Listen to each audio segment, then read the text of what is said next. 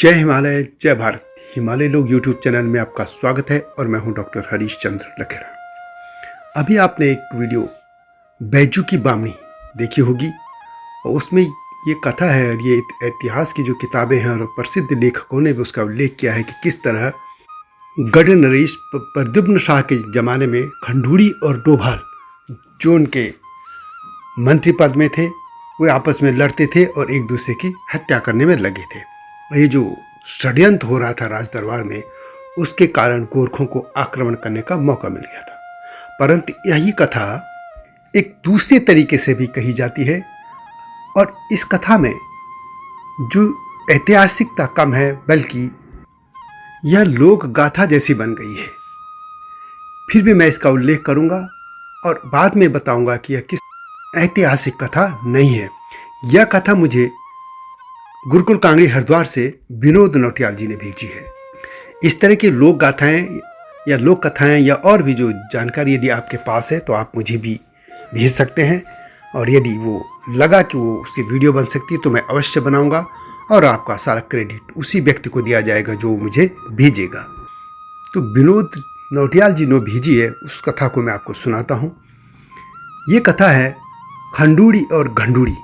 वैसे ये कथा जो है टिहरी क्षेत्र से आई है तो वहाँ घंडूड़ी को जो है गिंदूड़ी कहते हैं, लेकिन मैं जो प्रचलित तौर पे इसे कहा जाता है घंडूड़ी, उसी की तरह से बात करूँगा।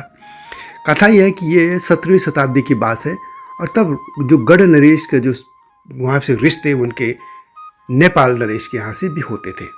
यदि राजकुमारी और राजकुमारों की शादी होती थी तो उनके जो बाकी थे, जैसे दरबार में लोग थे, मंत्रीगण थे, पुरोहित थे, तो उनके बच्चों के भी आपस में उसी तरीके से रिश्ते होते थे।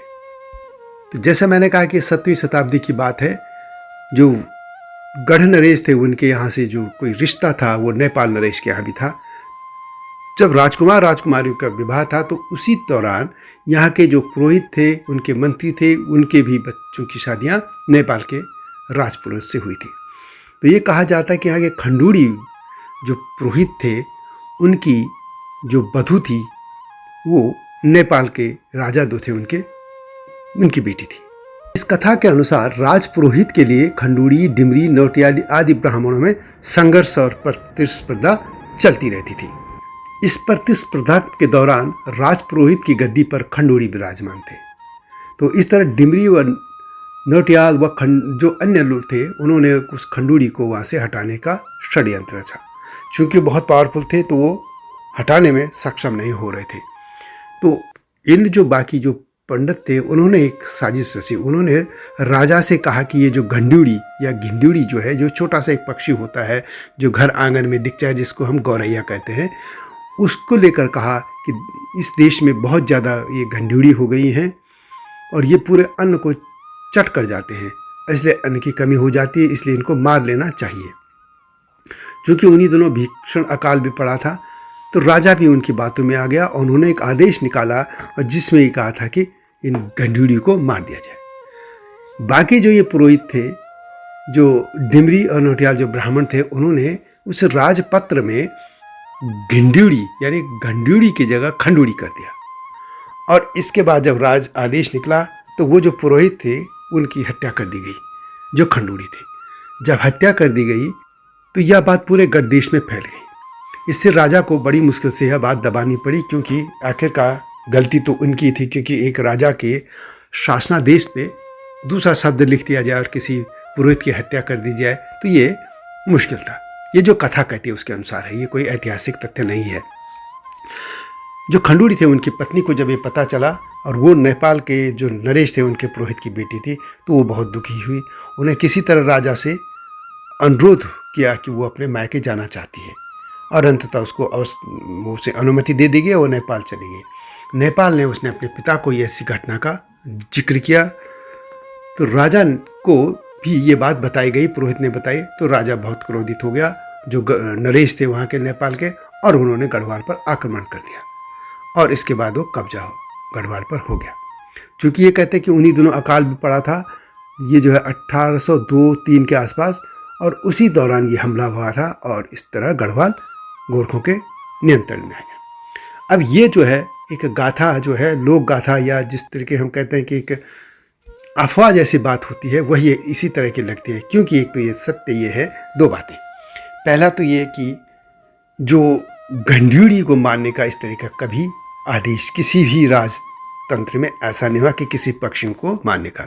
क्योंकि आपको यह जानकर आश्चर्य होगा कि पूरे भारत खंड में जितने भी पक्षी हैं उनके आधे यानी 50% प्रजातियां अकेले उत्तराखंड में पाई जाती हैं। और इन छोटे जो पक्षी हैं, इनको मारने का कभी भी कोई आदेश नहीं हुआ।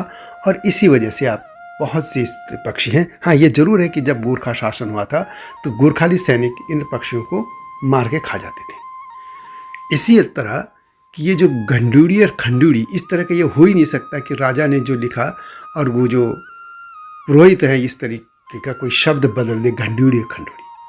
चूँकि वो जो कथा थी बैजू की बामणी, वो सत्य कथा है वो तो। और उसमें खंडूड़ी और डोभालों के आपसी संघर्ष में मारे गए थे, न कि राजा के आदेश पे। तो आपसी संघर्ष की वजह था। यदि राजा के आदेश पे यदि ऐसा कहा जाता तो ये ब्रह्म हत्या का आरोप भी राजा पर लगता। तो किसी भी राजा पे ब्रह्म हत्या का आरोप नहीं है। यह बात भी जानने लायक है कि जब चांदपुर गढ़ी और देवलगढ़ के बाद राजधानी श्रीनगर आ गई थी तो वहाँ पे सरोला ब्राह्मणों का दबदबा कम हो गया था और वहाँ पर चौथों ब्राह्मणों का महत्व बढ़ गया था। इनमें खंडूड़ी भी के अलावा डोभाल थे, नेथानी थे, बौगुणा थे आदि, इस तरह की जातियाँ थी। और इस तरह से जो डिमरी और नोटियानों की बात की जा रही है उसका कोई मतलब ही नहीं है। तो इस तरीके से ये कथा जो लगती है ये सिर्फ एक अप्रचलित, जो प्रचलित भी नहीं हो पाई, छोटे से इलाके में रह गए, या जिसको हम अफवाह कह सकते हैं, अफवाह फैली होगी और इस तरीके से वो एक गाथा सी बन गई। इसको हम लोग गाथा भी नहीं कहेंगे, लेकिन है और बड़ी अच्छी मज़ेदार है। क्योंकि इसको गंडूड़ी और खंडूड़ी शब्द से जो आया, इसलिए मेरा मन किया कि इसको आप लोगों के सामने रख दूं। तो इसमें साफ कर दूं कि कोई ऐतिहासिक तथ्य नहीं है, ये सिर्फ और सिर्फ एक प्रचलन में बातें आई है, वो सिर्फ है।